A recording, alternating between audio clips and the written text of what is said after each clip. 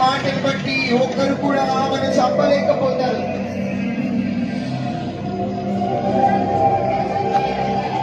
అందరూ వారి వారి పాపాలను గుర్తు చేసుకుంటున్నారు. నీతిమంతులు లేడు, ఒక్కడును లేడు.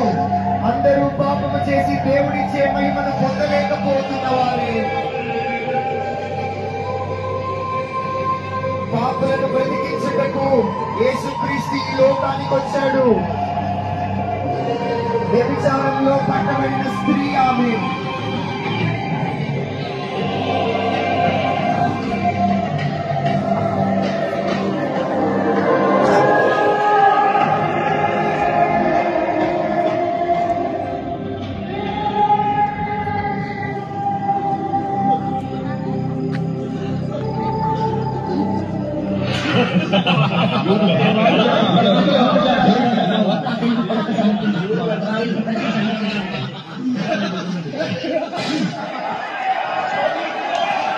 నీవు నేను పొందవలసిన అవమానం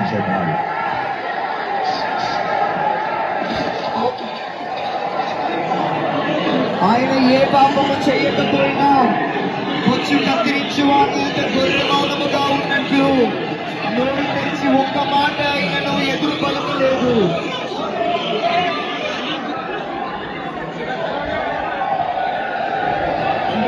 చూడండి, ఇతనికి ఈ శిక్ష సరిపోతుందా? ఈ శిలువ వేయాలి. అన్యాయముగా తీర్పు